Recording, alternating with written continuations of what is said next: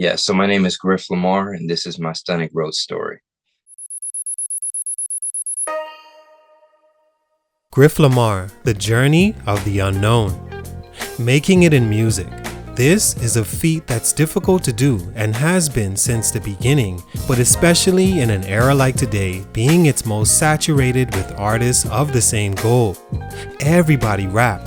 If you're not playing sports and aspire to be known for your art, this is unfortunately the most popular way young black people have to achieve popular status, and that makes an artist's journey that more challenging. Today's feature is a rapper that's found himself the needle in the haystack trying to figure ways his music can be discovered. He's had his song played on BET's 106 & Park, and things were looking promising until life happened and complicated his journey. This left him in an interesting place where he had to decide how he wanted to present his music and how to transition when some strategies didn't work. He came back more himself and redefined his music to inspire his audience instead of mimicking what's hot. Checking out his music, I decided to interview him to find out more about his story, as I think it's important artists of any status get a chance to tell their story, as it can help others along their path by hearing about experiences that can make or break you. Stunted Growth Music sat down with Griff Lamar, and here's how it went. It's your boy JC, Stunted Growth Music. Let's get it, man. Take a minute to like, subscribe, and comment on who I should do next. You can also send a super thanks by clicking the button below. Enjoy the video. You know, from young, I've always felt a spiritual connection to music. It was always able to elicit an emotional response from me just hearing music growing up. And so, to be honest with you, my interest has always been in the creative space, acting, and music was kind of just one of those back burner things for me. But again, recognizing the impact that music has had on me throughout the years, as I began to get older, I was able to see that I had a gift for rhythm, and I enjoyed writing. So when I was younger, probably like 12 or 13, I would be with my cousins writing little raps. And I think actually the first rap I wrote was fourth grade. It was like a Bible rap sort of thing, because that's how I grew up. Mm-hmm. But again, you know, as I got around my cousins and stuff, I started to write more. And, you know, it wasn't something that I took extremely seriously, but the place that I lived at the time, we used to do Freestyle Fridays on a bus. And while I didn't participate in the freestyles, I'd just be kind of in the absorbing part. I was definitely a writer, have been a writer when it comes to music. So I think in ninth grade, I rapped for a class project. And that was like my first coming out, so to speak, with my artistic expression in a way that other people could see. Joined the Air Force out of high school. And, you know, when you're single, just moving to a new place and you don't have much going on, you don't know many people or any places, you spend a lot of time in your dorm. And so during that time, I was either dancing like Michael Jackson, working on those skills, or writing music and recording it on my computer. And there was this song that I had made with a couple of my homeboys from the Air Force. We kind of had like a friend group where we would go out and we would go to the clubs and dance and dress alike and even do shows. Basically, people would look at us and assume that we made music. You know what I mean?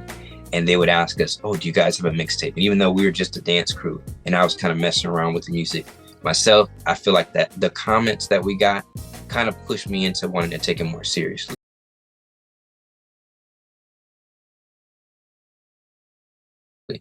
And so we recorded a song on my computer, and I reached out to the local radio station.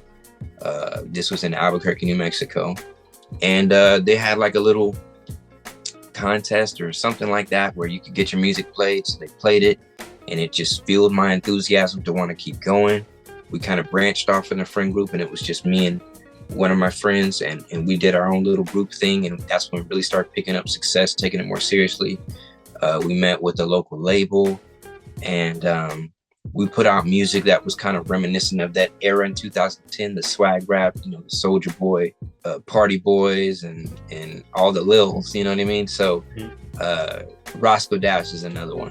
So the music was definitely reminiscent of what you heard on the radio, and it's kind of representative of that culture at the time, where it was just about going out, having fun, partying, dancing, girls, and all that stuff. So while I always had my more introspective raps, I was pretty much focused on trying to get the quick attention, trying to get discovered, because I wanted to get signed at the time. That was my goal.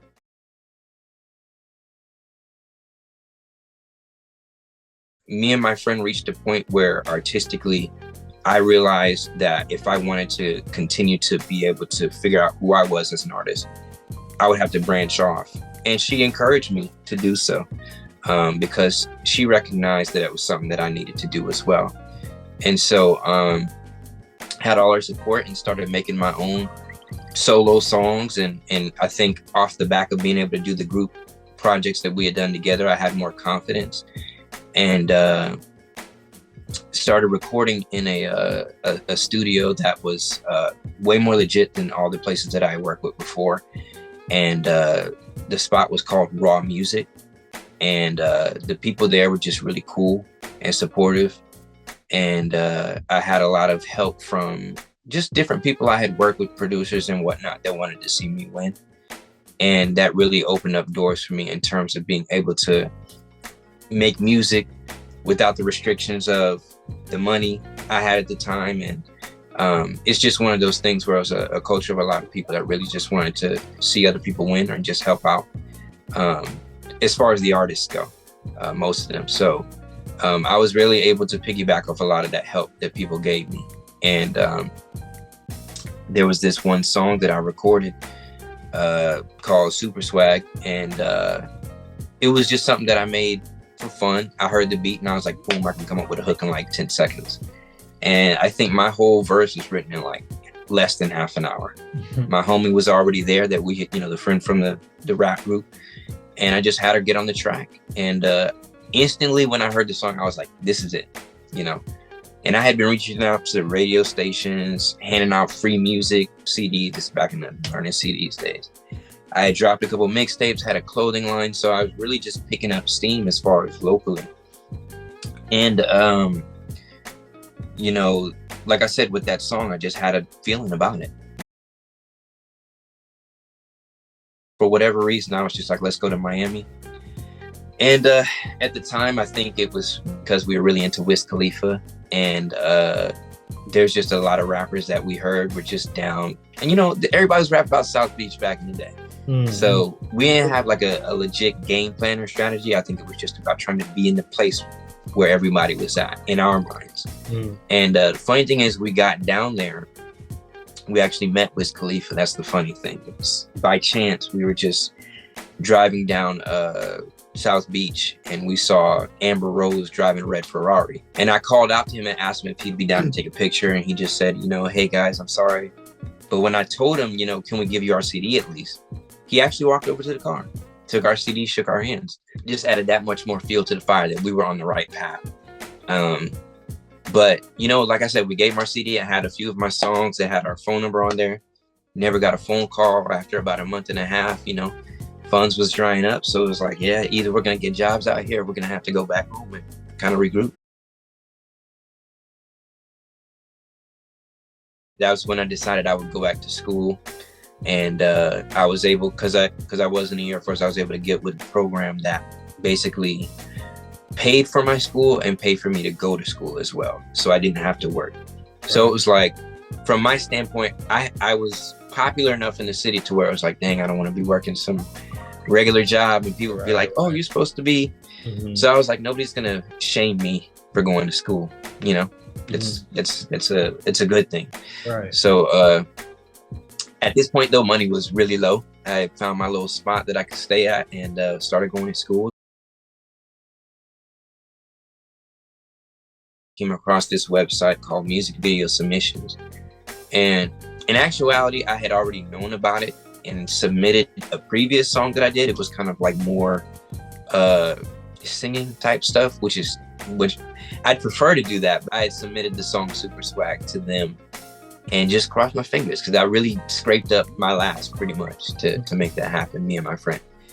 And I think I waited a few weeks and I reached out to the people and I was just like, hey, you know, what do you guys think of the video? I was asking the company, not the company. Basically, the way it works is they say, hey, we can put it in the lap of the programmers at MTV, BT, etc. They can't guarantee that they'll play the music, but they can guarantee that they'll put it in their hands for the person who would decide yeah or nay. So, you know, I just asked the company who submitted it, what do you guys think of the project? And they said, we love it. And in fact, BET does as well because they said they're going to play it. And I was like, oh, it's going down. So I went and told everybody on Facebook and it's just lit. I was like, oh, it's about to go down. And I had to wait a couple months because they didn't say when it was going to be on.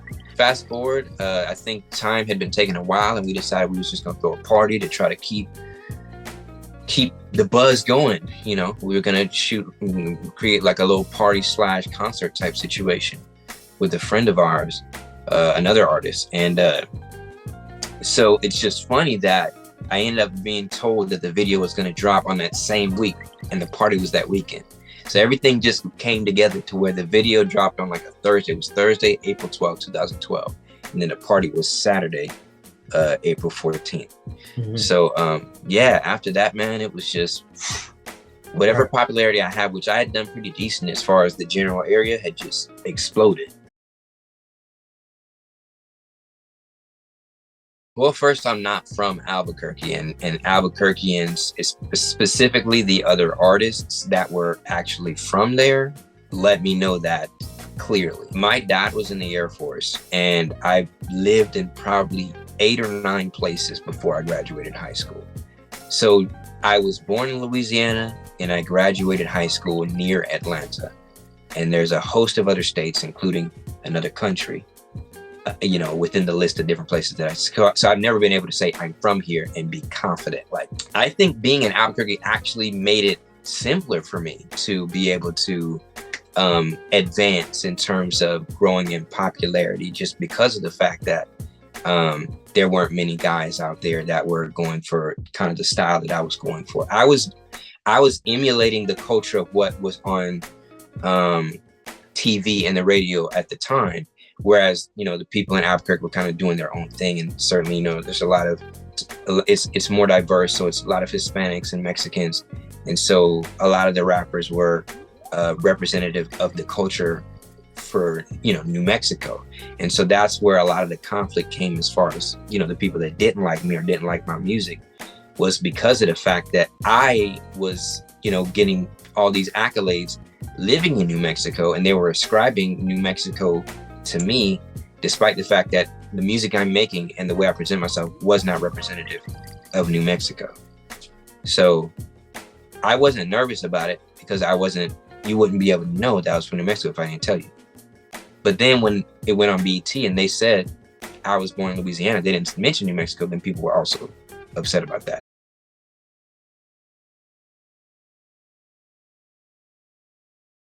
You know, it was cool. I enjoyed it. Getting recognized pretty much everywhere I went and this lasted for a while.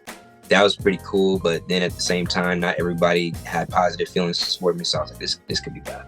Nationally speaking, something else that happened in addition to the video getting picked up by BET was that the Foot Locker stores, you know, they have like at least back in the day, they had the DVDs where they played all the music videos. They added Super Swag to that as well. So it would be playing in all the stores nationwide for that whole month. Right. And so, you know, I always go to Twitter to find out like how the people feel about me. A lot of people thought I was trash. A lot of people threw me into that category of, you know, certain types of artists, I won't drop their names today, that aren't really respected for the content of their music and the way that they present themselves. You know, this is still early. So if we're looking back, it's not as bad now compared to, or it wasn't as bad then as it is now. I'm sure that I would have. I think this is where it comes into play as far as you mentioning earlier what it was like being in New Mexico, where there's not really a presence when it comes to hip hop as opposed to other places. My parents still lived in Georgia at the time where I graduated. And I had a friend that lived nearby that I had take a song. It was a different song, and take it to the radio station. I think it was like B103, something like that. And they had like this thing that they did every Thursday where independent local artists could just bring their CD in, have it played for the lead radio guy, and he would, tell you right then and there. I actually flew out there after Super Swag was on BET, and he played the song, and he felt that it wasn't the best. And so he turned us away. So what I did was, a few months down the line, after I put out another song, I had a friend bring him a CD, and he actually gave his telephone number to this friend for me to call him. Totally different response than what I got when I was down there. And so I called him and said, hey, what's up? I heard you like the song. And the first thing he asked me was, where was I? Like, where did I live? And when I told him New Mexico, he was like, all right, well, just keep grinding, like keep moving forward. Good luck to you, basically. Right. And so at that point, that told me like, okay, so me living here is basically holding me back. This was also around the time where I was feeling challenged about the message that I was putting forth in the music that I was making. So that miscommunication between him and I, as well as me already kind of struggling with like, where do I want to go musically? My daughter's getting older.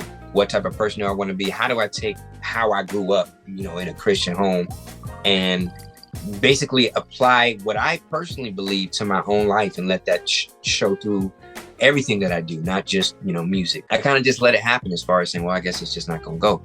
And, fast forward to the following year, I was in this class called Africana Studies, and the teacher just had a real significant impact on me, just teaching me about Black American culture, African culture, outside of just the perspective of what we get in public school. He was like, listen, for your final project, I want you guys to just kind of tap into your creative space, whatever method that you choose, that you want to be able to submit your project, and kind of just reiterate to me what you feel that you've learned from this course, even if it's a rap song, just let me know. And so I wrote Wake Up Black People.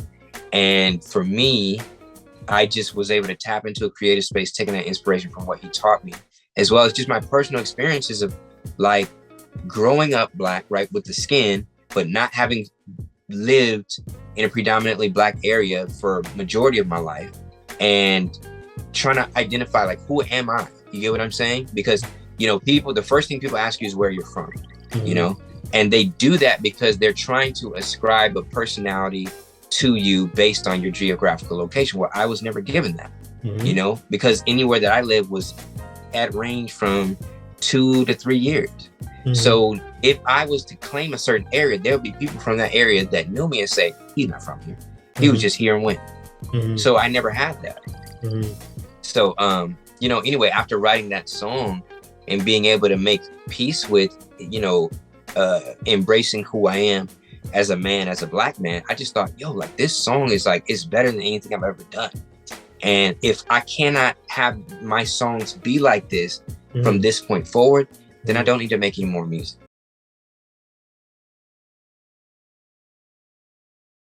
It's an extremely complicated question, or answer, I should say.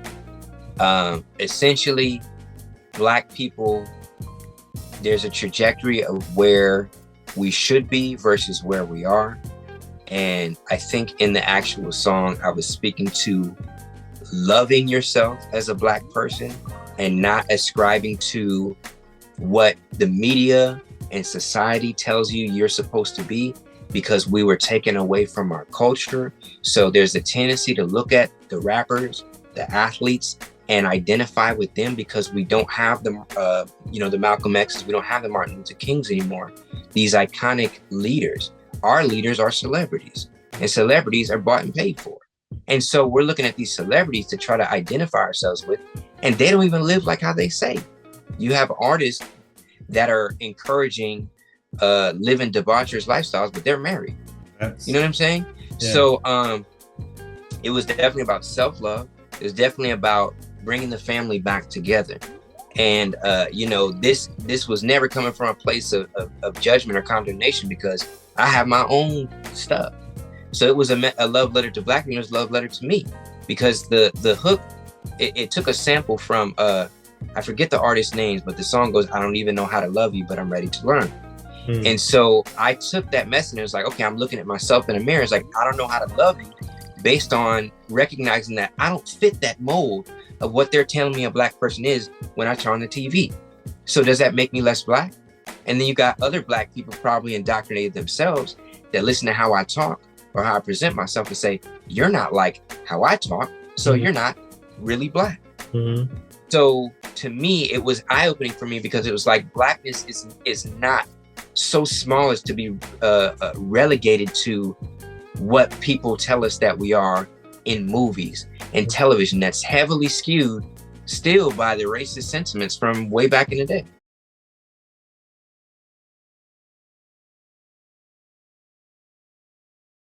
When I got back in New Mexico, the first thing I did was I tried to sift through all the old songs and say, what didn't I shoot a video for, and what's not completely vulgar, you know? Right. And it wasn't a good approach, but for me at that time, I was just desperate to create, because I was like, dude, I'm losing who I am because I'm not doing anything artistically, really. I tried doing some cosplay stuff, you know, as you can see, the superhero stuff. I started a little business there, and it just wasn't happening for me artistically. So it wasn't even like, oh, okay, people don't care about what I'm doing. It's like, I didn't know what to say, you know? It was either I was going to keep talking about the same stuff or I was going to change up, but I didn't know how to articulate the change. And basically I went through that for years. It wasn't until into 2018 I went through some drama, you know, had a divorce, and started from scratch. Like, where did I start whenever I first started making music in that era and taking it more serious? Well, I started from scratch, started just making some dance videos, and then I just, you know, I set the camera down and sat in a little room with a videographer, or I'm sorry, a camera guy who had like a little studio, and we just shot a little remix to a Drake song. And the visual is reminiscent of Michael Jackson's She's Out of My Life, where it's like just a dark room and I'm just sitting there and I'm just rapping about my situation. And for me, it's therapy, it's therapeutic. So even though, of course, I want people to respond to it, you know, I've been off the scene for a minute, long enough, and I'm talking deleted social media and everything, long enough for people to just have moved on. And social media changed so quick during that time, from 2015 to 2018. And so I started off there, did that little thing, did a Thriller, Michael Jackson Thriller dance, reached out to the news station, got them to pick it up and do a little story on me. And it was all just confidence building to get me back into finding out, who am I? How am I going to do this thing?